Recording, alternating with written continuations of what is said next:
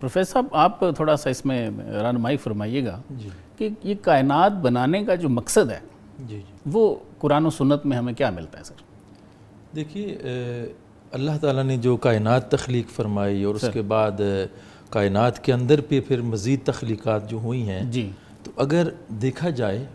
تو ہمیں ایک حدیث مبارکہ سے بھی یہ چیز پتہ چلتی ہے کہ اللہ تعالیٰ نے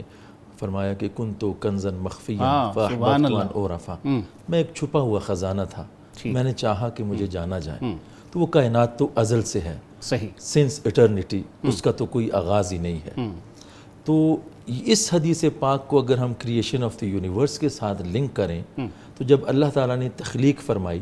تو تخلیق فرمانے کے بعد اس کی بے شمار تخلیقات ہیں، لیکن اس تمام تخلیقات میں سے انسان کو اشرف المخلوقات فرمایا،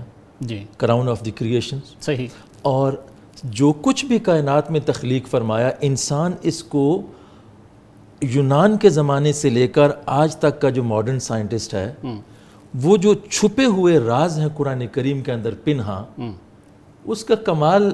ہم سائنس کو اور سائنٹسٹ کی ورشپ کرنا شروع کر دیتے ہیں اس بنیاد پہ کہ اس نے کوئی نیا فیکٹ ڈسکور کر لیا ہے۔ یہ ایسے ہی ہے پروفیسر صاحب کہ یہاں پہ بہت ساری چیزیں یہاں ایک چادر کے نیچے رکھی ہوئی ہوں اور میں پہلے چادر کو اٹھا کر کوئی چیز سامنے لے آؤں اور وہ میں کہوں کہ کریڈٹ میرا ہے۔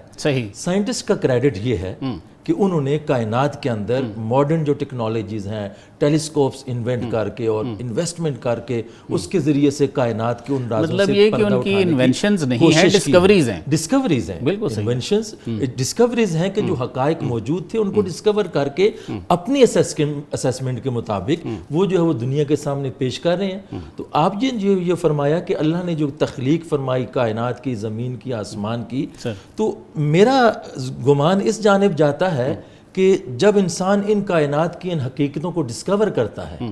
تو بہت سارے ایسے انسان ہیں جو ان حقیقتوں کو آشکار کرتے کرتے رب کے حضور میں سجدہ ریز ہو جاتے ہیں، اور کئی ایسے ہیں جو ان ڈسکوریز کے ساتھ اپنے آپ کو فرعون کے رتبے پہ لے جاتے ہیں۔ یعنی وہ اگر آپ دیکھیں جو لیٹسٹ جو سائنٹسٹ جنہوں نے جو ہے وہ دا گرینڈ ڈیزائن جو ہے وہ بک لکھی گئی ہے، رچرڈ ڈاکنز ہے، اور ایسے جو بہت سارے ہیں جو ایتھیسٹ ہو گئے اور انہوں نے جو ہر طرح کے ان حقائق کے باوجود ایک ڈیوائن سکیم کا انکار کر دیا ہے۔ تو کائنات کی تخلیق کا ایک تو مقصد یہ ہے کہ انسان کس حد تک چلتا چلا جائے گا، اور بالآخر جب اس کے سامنے پردوں سے پردے اٹھتے چلے جائیں گے، وہ جو اس کی تلاش میں ہیں ان کو بھی اس سے رہنمائی ملے گی، اور جو بھٹکے ہوئے ہیں وہ بھی کسی سٹیج پہ جا کر بالآخر اپنی تحقیقات کو، اپنے جو اصول اور قوانین ہیں، جب ان کو جو ہے وہ اس قدر کمپلیکیٹڈ پائیں گے، فائنلی ان کے پیچھے سے بھی آواز وہی آئے گی کہ یہ کون ہے کائنات جو ہے وہ اس کے علاوہ اور کوئی ذات نہیں ہے، جو اللہ کی ذات ہے جس نے تخلیقات کائنات جو ہے وہ فرمائی ہے۔ یعنی انسان جو صاحب شعور ہیں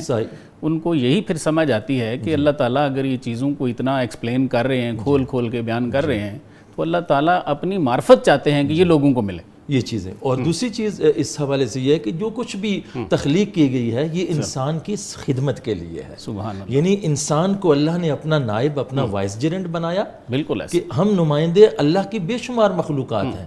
جنات ہیں، جانور ہیں، پرندے ہیں، چرند ہیں، پتہ نہیں کتنی مخلوقات ہیں، کسی کو یہ ٹائٹل نہیں ملا کہ ہم اس کو ریپرزینٹ کر رہے ہیں۔ بالکل انی جاعل فی الارض خلیفہ، یہ تاج جو ہے وہ ہمارے سر پہ سجایا گیا ہے۔ بالکل ایسے سب کچھ پہلے تخلیق فرمایا، بگ بینگ ہوا، اس کے بعد دیکھیں جب یہ پارٹیشن ہو گئی، اس کے بعد جو ٹیمپریچر تھا ارلیئر جو ہے وہ 100 ارب سینٹی گریڈ ٹیمپریچر تھا، پھر اس کے بعد 10 ارب پہ آیا، پھر اس وقت کا جو ٹیمپریچر جو میکسیمم جو کیا جاتا 270 سینٹی گریڈ جو ہے وہ، جب انسان کے لیے یہ پوری کائنات کو ہارمونائز کر دیا گیا، اس کے اندر خزانے رکھ دیے گئے، وجعل فیہا رواسیا من فوقہا وبارک فیہا وقدر فیہا اقواتہا فی اربعۃ ایام، اس کے اندر خزانے رکھ دیے گئے، پانی رکھ دیے گئے، سب چیزیں جو ہے جب انسان کے سجا دیا گیا پورا سٹیج، پھر اس کے بعد انسان کو تخلیق کر کے فرمایا کہ اب تمہارا کام کیا ہے، کائنات کے اندر غور اور فکر کرتے ہوئے وما خلقت الجن والانس الا لیعبدون، میرے حضور میں ہی عاجزی کا اظہار کرنا۔ کیوں کہ جس لمحے پروفیسر صاحب انسان جب اللہ کے سامنے عاجزی کا اظہار اس بندگی کا کرتا ہے، اللہ تعالیٰ ان فرشتوں کے سامنے ان کے سامنے فخر فرما رہا ہوتا ہے کہ دیکھو تم یہ کہہ رہے تھے کہ یہ میرا انسان جس کو میں اپنا خلیفہ بنا رہا ہوں، یہ میرا باغی ہو جائے گا، یہ قتل اور قتال کرے گا، یہی وہ انسان ہے جس کو تمام ٹیسٹ اور ٹرائل سے گزار کر پھر بھی یہ میرے حضور میں سر بسجود ہے، اور اس کو اس لیے میں نے اشرف المخلوقات کا ٹائٹل عطا فرمایا۔